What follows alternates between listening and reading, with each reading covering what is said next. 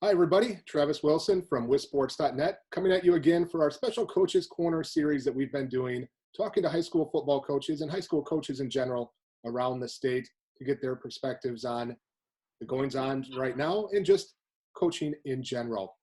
Our focus today is going to be on coaches that are in new positions, head coaches that were previously at other spots and are now in new spots coming up in 2020. We already talked to some coaches last week that are first-time head coaches, and obviously the challenges that they have. And this week, again, our focus is to those guys that are just moving to a different spot. Before we get going, time for some introductions, and we'll start with Aaron Mack, the newly appointed head coach at DeForest High School, the defending Division III state champions. Coach Mack, say hi so the folks know which one on the screen you are. How we doing? I'd say the bald one, but that's not just me. I'm balder. Well, let's talk to the balder one. Coach Matt Harris down at Arrowhead High School, moved over from Waukesha North. Coach, how are you doing, and how's things going so far? That's good. I appreciate it. Thanks for thinking of me and having me on here, talk a little football with these boys here, and it's going good. It's been crazy. You know, I couldn't even shake the hand of the AD the day they gave me the job because of the quarantine. So it's been awkward, but we're just adapting as well as we possibly can and trying to keep moving forward. Absolutely, we'll dive into all of that as we go along today. Finally, Justin Gumm, the head coach, newly appointed at Sussex Hamilton, previously a head coach at Kettle Moraine, and then had a brief stint as an assistant at Grafton High School. Coach, thanks for joining us today. Yeah, appreciate it. Like the other guys said, thanks for having me. All right. Well, let's work backwards for right now, and let's kind of go through coaching backgrounds, if we could. And Coach Mack, let's start with you. Give us a little bit of your coaching background and how you got to this point. Started out as a graduate assistant at the University of Wisconsin, a couple years under Coach Alvarez and Coach Bielema, and tried to stick around in the college game, and always knew my fallback plan would be coaching in high school, and didn't land anything, and then headed down to the southwestern part of the state, Iowa Grant, earlier on in my career, and had a great run down there. And then I went for a new challenge over in the Milwaukee area. It was at New Berlin West, and then an opportunity to be a head football coach and AD presented itself, and gave that a try for a few years. At Wisconsin Dells, did that for 3 years where I dueled in those roles, and then transitioned to athletic director only for 5 years, and then was really getting that itch to get back into being a head coach. And I just didn't think at Wisconsin Dells that being the AD and head football coach lend itself to good business. And I missed being in the classroom, and that's what led me to pursue the DeForest job. Coach Harris, give us some background on your coaching experience. Yeah. So basically, I got out of the military in 2001 and came home and went to college and tried to do some college track, and realized that was no good anymore. So I decided to start coaching. I started coaching track and then kind of bumped over to football. And I went to my high school that I graduated and worked for all of my former coaches, and just fell in love with everything there was to do with coaching. I love being a part of a team back the same way I was, in high school and in the military. And so I worked at North for about 9 years, under about 4 different head coaches. After the last one kind of got released, I decided to kind of branch out and go look at some other programs. And I worked at Kettle Moraine as an offensive coordinator for Mike Fink for a year. And then he stepped down, so I decided to go to Brookfield East, where I was already coaching track. And that's where Tom Swiddle and I became really close. And I just kept learning as much as I could from him. And I never really thought I'd be a head coach until I really spent a lot of time with him and really saw that there were some opportunities. And lo and behold, that Waukesha North job opened. I don't think I was ready to be a head football coach. I don't think anybody ever really is. And I took that job with the intention of doing everything I possibly could to help them out in any way that I possibly could, and put everything I had into it. And 6 years later, looking for some more opportunities, the Arrowhead position popped open, and I went all in on it and did the best I could to get the job, and was fortunate enough to get it. Awesome stuff. Coach Gumm, tell us a little bit about your journey as a coach. Yeah, so I'm originally from Illinois, Quincy, Illinois, and went to small private school in Missouri for college, and started my first coaching job at Truman State University Division II school in Missouri. Coached there for a couple of years, went back to my alma mater for a couple of years, and then my wife decided she wanted to go the med school route and be a doctor. So, she's the breadwinner, so I followed her to Champaign, Illinois. And then I took an offensive coordinator job right outside of Champaign, and then we moved to Rockford, Illinois for her last 3 years of med school, and took an offensive coordinator job there, and eventually a head coaching job there for a short stint.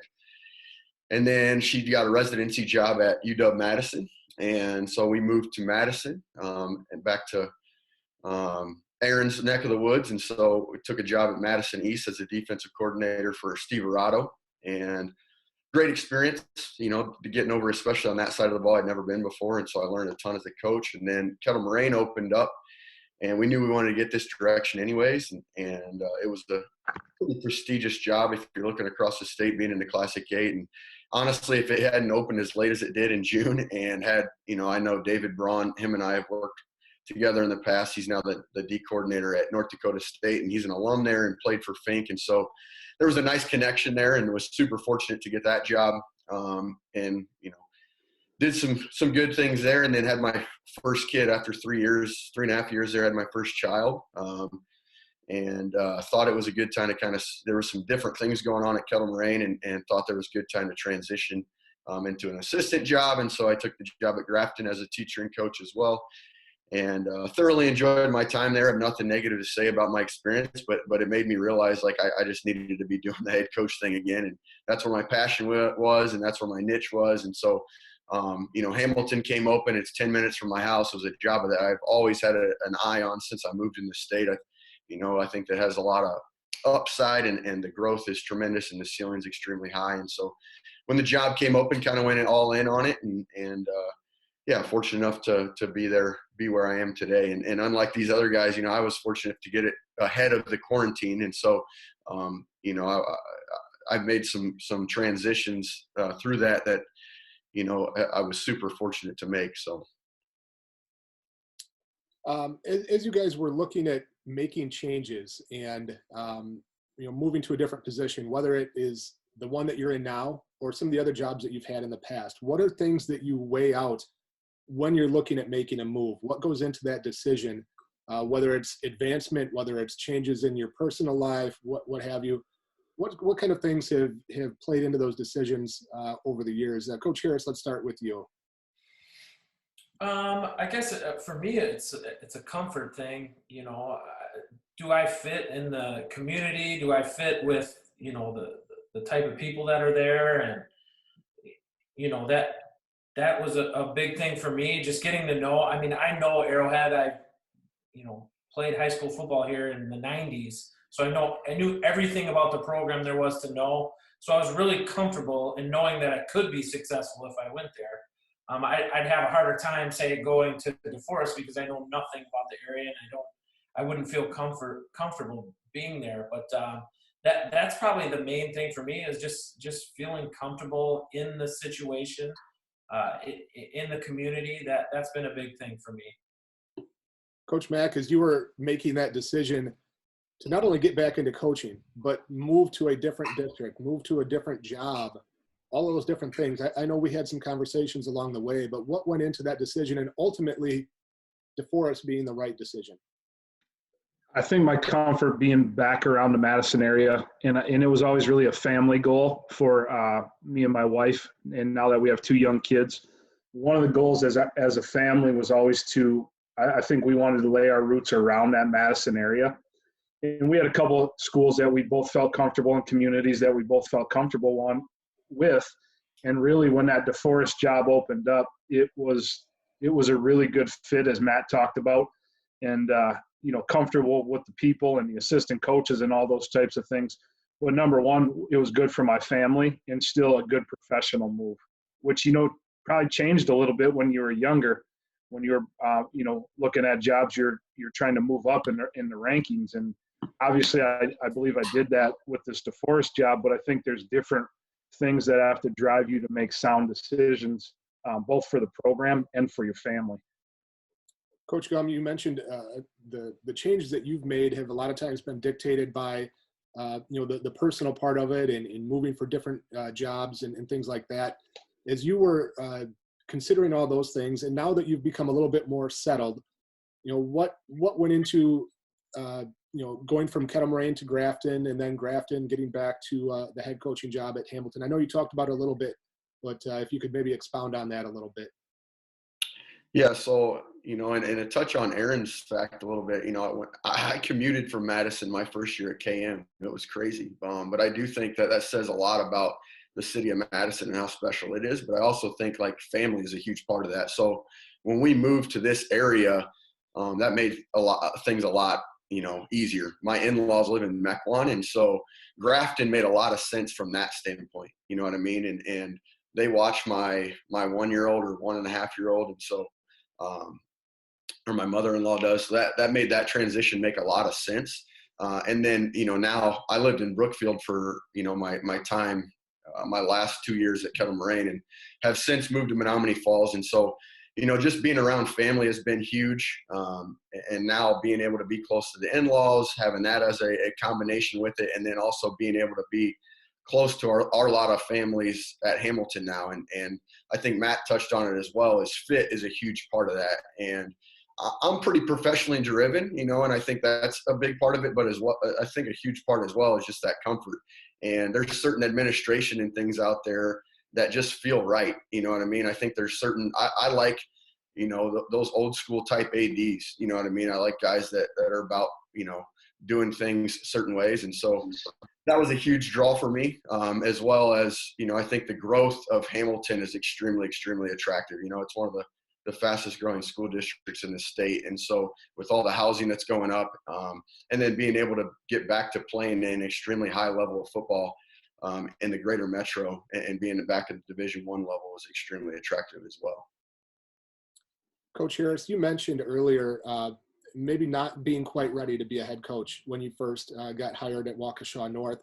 As you've gone through the process of being a head coach, as you've been able to learn, as you've picked up things not only there, but also in your time previously at Kettle Moraine and Brookfield East, what things led you to be prepared for where you are at right now as the head coach at one of the top football programs in the entire state?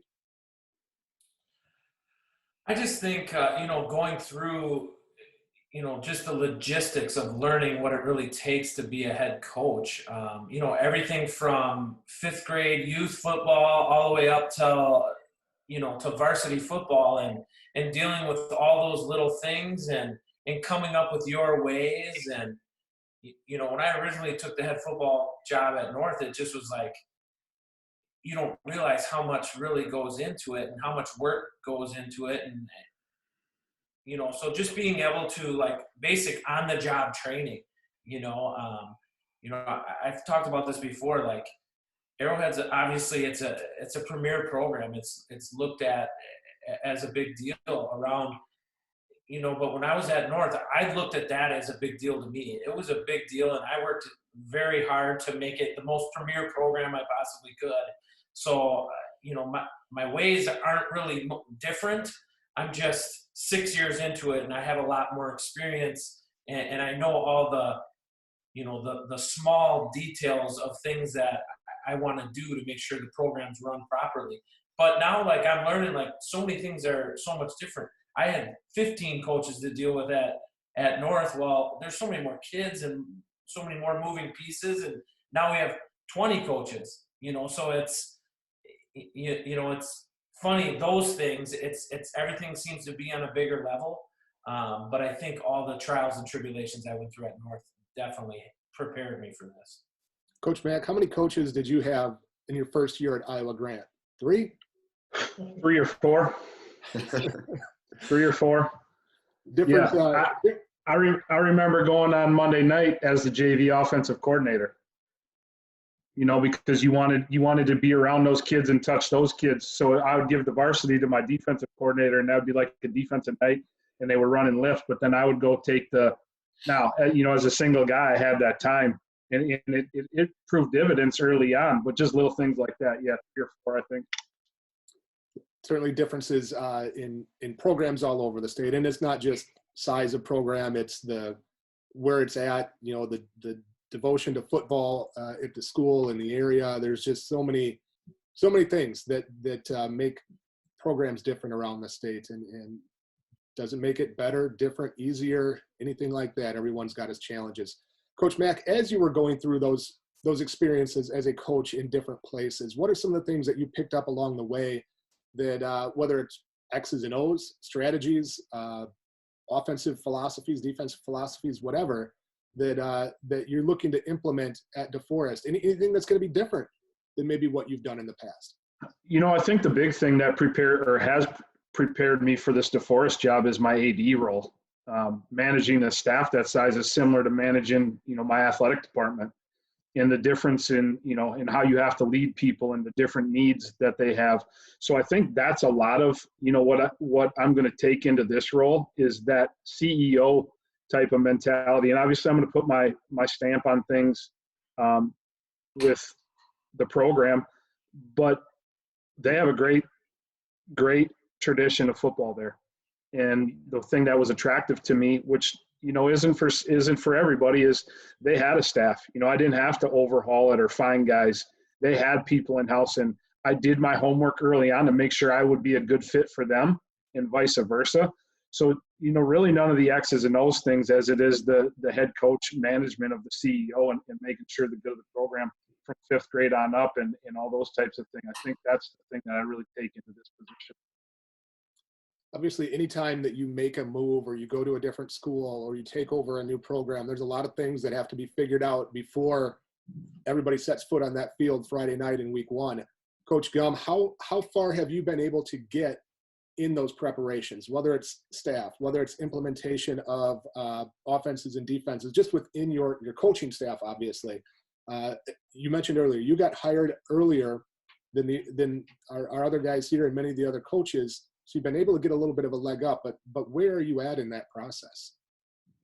Yeah, I feel like our transition's actually been pretty smooth. I'm 90% of our staff is hired, maybe even more than 90%. But just my biggest thing is because we're so intentional about our culture is getting that established and what that looks like, and meeting with our coaches still weekly, meeting with our kids.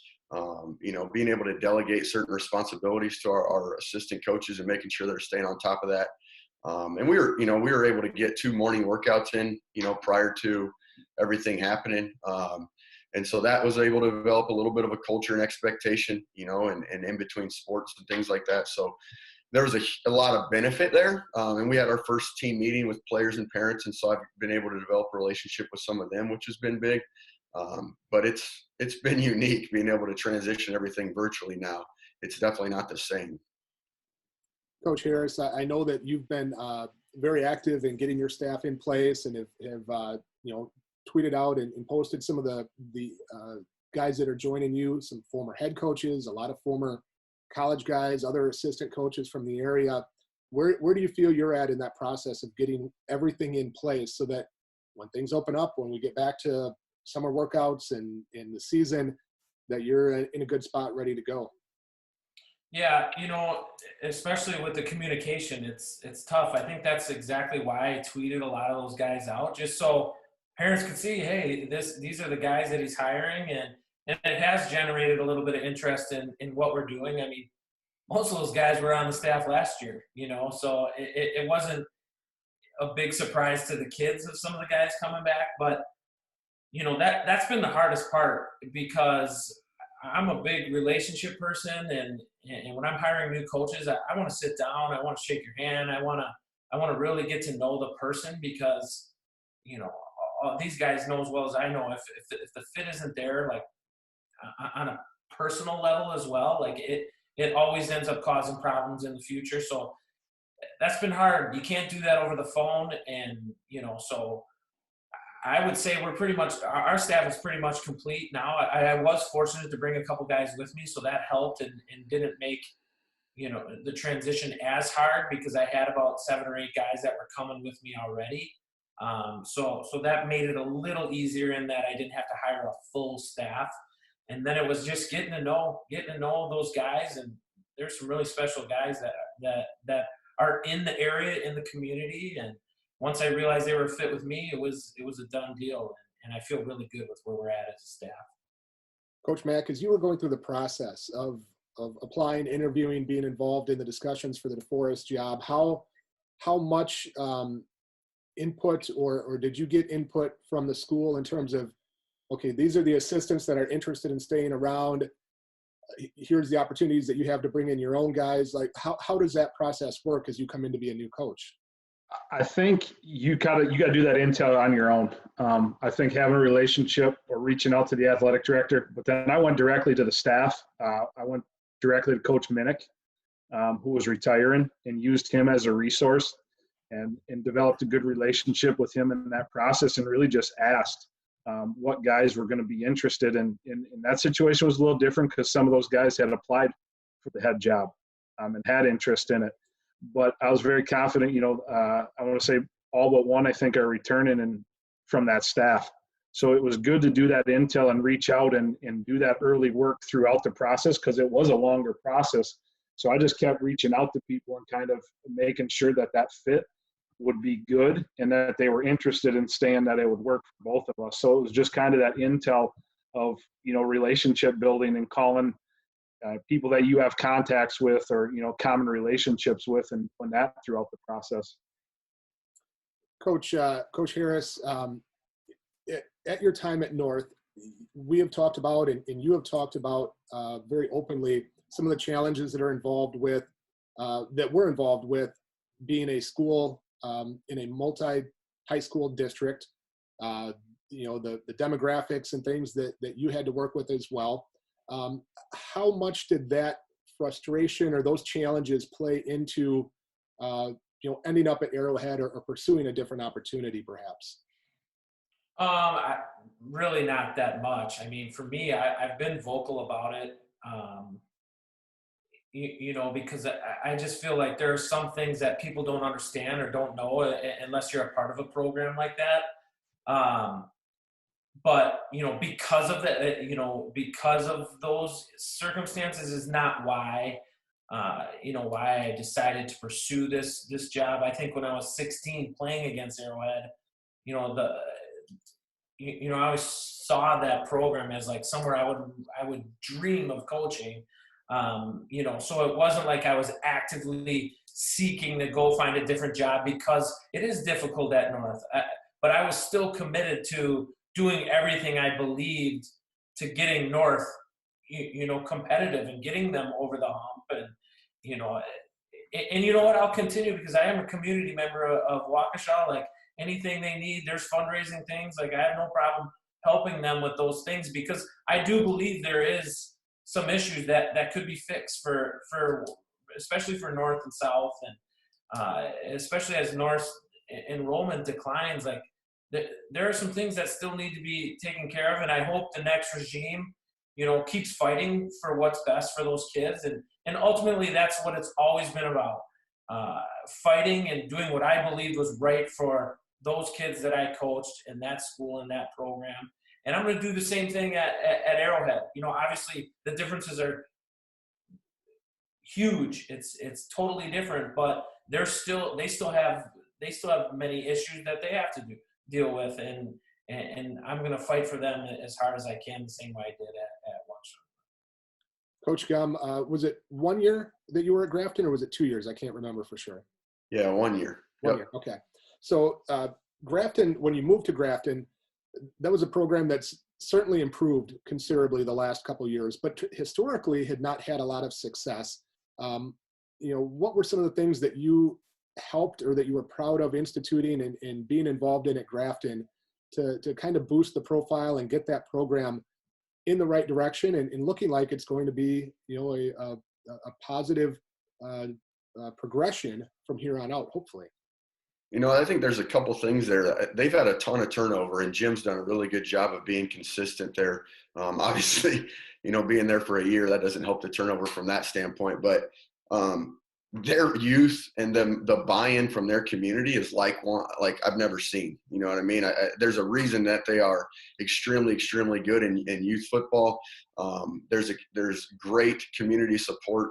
Really, really just quality people in that area, in that district that really care about football, and from the superintendent all the way down, just extremely, extremely have football as a priority. And so it was already there. It was a phenomenal foundation, and Jim has just brought in really good quality people, to support that, and been consistent and had a plan in place. You know what I mean? Because they had so much turnover, those kids had so many different things going on, and there was never any consistency. And so he's done a good job of putting a plan in place, and an organized plan, and supporting that plan. And those kids, at the same time, there were some talented kids on that team. I think we did some special things, especially offensively, but like we had really good players too. And that'll, that's everywhere. I mean, that's a huge part of success. So, I don't think I did anything, necessarily special. To be honest, we kept a decent amount of some of the things that they were already doing offensively. And then I just put my own spin on it and put some up tempo to it, and, different things like that. But they already had a solid plan in place. And so we just kind of took it and kind of took it to that next level. Until someday Coach Norris's kids get up there. He's married to a Ben Shaw, for those that don't know. Are they done cloning Ben Shaws there, or do they have a few more that they're going to be able to push through? No, I think they're done. JP, I think, is the last one. And so I'm excited to kind of see his senior year coming up. He's a special kid and a special athlete. So good stuff. Coach Mack, what do you envision as some of the challenges that you're going to face, not only being out of coaching for a couple of years, but going from Wisconsin Dells High School to DeForest High School, and the expectations, the challenges, the level of play, et cetera, that go with that? Obviously, you've coached at different spots. You've been a head coach at New Berlin West, which is a little bit bigger school. But what do you anticipate being some of those challenges moving into DeForest this year? I think really just getting to know the kids, with the unknown of what's coming up. I've done a good job, and as our staff is, of connecting with kids through this time. I've had several meetings with our seniors and our juniors, and then trickulating down into the sophomores and the freshmen. But I think just getting back onto the sideline and relying heavily and being comfortable in my skin to rely on our assistants. I'm not afraid to do that, and they've been successful there. And I still think that this program can go a lot higher. And so I think, the challenge is that, I've been out of it for a little bit, but football doesn't change regardless of what you're doing. And I look at it as the challenge and an opportunity. And there's a great opportunity still for growth in that league. And I think it's one of the best for that division around the state, in that area. So it's going to be fun to get back into. But just that time needed to acclimate myself to the way things are done there, and then improve what I can improve. We're going to be optimistic.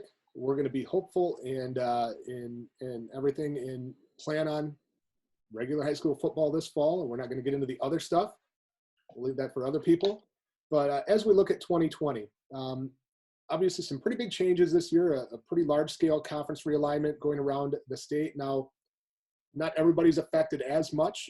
Coach Harris, Arrowhead, the Classic 8 largely stays intact. Catholic Memorial does move out, of course. But otherwise, it's pretty much business as usual. Just in general, Classic 8, Arrowhead High School Football 2020, what are we looking for? You said this is broadcast, right?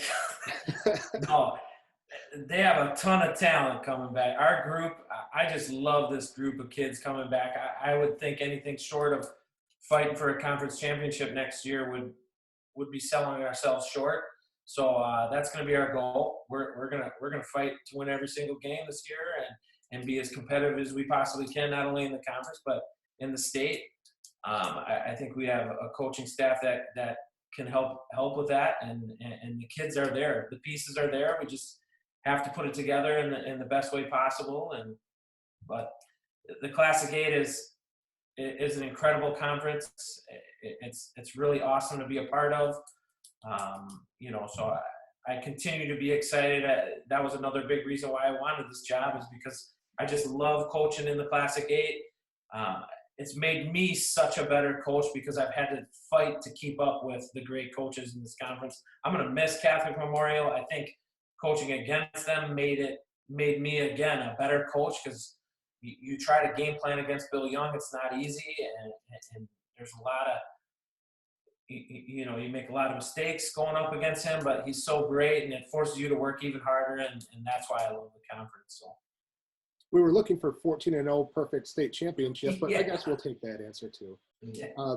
Coach Gumm, the same kind of a deal, that the Greater Metro does not change significantly this year. Obviously, you're new to the conference, but what's your take on your team and where you might fit in terms of the Greater Metro in 2020? Yeah, I'm excited. I think we have a really good group coming back as well. Our senior group is a special group of kids. Our numbers in that senior group is really, really good as well. And, we open up with McGuanago as our non-conference. And so, the familiarity there is nice, being in the Classic 8 and knowing Mike, and just starting the season off with kind of a bang and kind of set you up and see where you're really at, and so I think that's kind of sets the tone for everything. But our expectations are high, and I know there's a lot of teams in our conference that had success over the last couple of years, but that doesn't change our expectations and what we're doing. And so I think through the relationships that we're building, and through all this, I think the turnover through the quarantine is unique, but I think who's making the most of this time and I think is going to have a huge advantage come the fall. And I have great confidence in the work that our kids have been putting in and our coaches have been putting in. And so I'm excited to kind of find out come August. Coach Mack, your league, the now Badger Large, has the most turnover of any of the coaches here today. Some of the Badger South schools are joined in, and then, of course, the addition of the two Janesville schools as well. Going to be a very different landscape for DeForest football this season. What are you looking for? What do these changes mean for the defending Division III state champions? I think it'll be nice, because I think it'll provide us for that test moving throughout the league from top to bottom.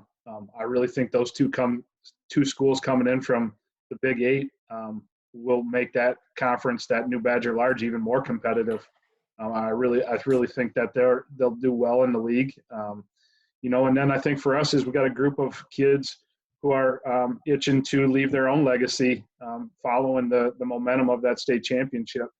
And we've kind of turned the page on that, and it's up to us to kind of build our house right now and see how we're going to live in it this fall. And I'm confident with the accountability that our kids have shown and the initiative that our seniors have taken, that we will be right where we need to be when we get going here and compete for a conference championship and then playing our best football towards the end of the year. What's the date of the Wanakee game? Don't know yet. Oh, come on. All right. I don't know when it is either, but it's one we'll have circled for sure. Before we let you guys go, I just want to throw this out there, and anybody feel free to jump in if you've got something to add. If there are coaches out there that are considering moving to a different school or looking at a different opportunity, what are things that they should consider, all the things that go into it, not only the process, but then after the fact of moving and getting things set up? What are the biggest things that they need to understand before they decide to make a move? I'll go. I think fit, I know we kind of all touched on it a little bit, but, big picture fit, family fit, and does the personality and the characteristics of the school district and the administration fit your vision, and not just the school itself, but the community. And then again, I think family too. How does family fit into all that? Because at the end of the day, I've been a grinder before, and it didn't settle very well with a lot of different people. And so I think having balance in your life is extremely, extremely important. And so I think that measuring all those things, especially for a young coach trying to get into it and get into being a head coach, I think just understanding where your values are and where your priorities are and make sure everything is kind of aligned. Yeah, that's very well said. I don't know how much more I can add to that. That's kind of been the common theme. For me, it's like he said, fit and relationships. You know, I think a hard part in today, and I've always said the most important part to building a program as a head coach is your staff. And you got to make sure that if you're going to go to a new school or it's your first time, you're only going to be as good as your staff. There's not one head coach that can turn a program around or keep a program running. It's not me by myself. And because I knew I had a great group of guys, and I knew that there was a great group of guys in the community already that were willing to put the time and effort, I think that's the most important piece, is make sure you have that set. I think a tidbit for it kind of being in that AD role as young coaches or coaches who are making transition, ask tough questions of the administration, because once you get there, it's too late to ask those questions. You know, find out what your beliefs are and what really matters to you, and then can you be yourself in order to get the job done? And if that's a good fit, then that's what we're talking about. I think what we're talking about when we talk about fit. And if not, then you might have to walk away and, you know, look at an opportunity or wait for one that is a better fit, because ultimately it has to be a community and a administration down deal to get it turned around or to make it great. And I think that's one thing that I would say is ask those tough questions of what you believe in and make sure you're going to get it done along with your staff. You know, hearing all you guys' responses to that and to the other things today, you know, one theme I'm picking up on is don't just look for a spot where you're moving up. Look for a spot where you're finding the right fit for fit. A big word you guys all mentioned, the right fit, the right opportunity for everything. Not just a bigger job, a more glamorous job, but find the spot that's right for you.